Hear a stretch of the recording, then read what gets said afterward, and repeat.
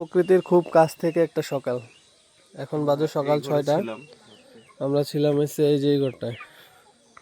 এই গ্রামটা হচ্ছে আবুয়া পাড়া। দেখি এখন সকালটা চারপাশটা একটু দেখবো গ্রামের। আমার ধর ওই দিক দিয়ে দূরে পরে আমার দিকে না পজ করবি না। এই হলো আবুয়া গ্রাম। এই আবুয়া গ্রামে এই আবুল টাবুল নিয়ে আমরা ঘুরতেছি। এই এক আবুল, এই এক আবুল। এ হচ্ছে পিক। এখানের এই সব ঘরগুলো এই যে একটু উপরের দিকে,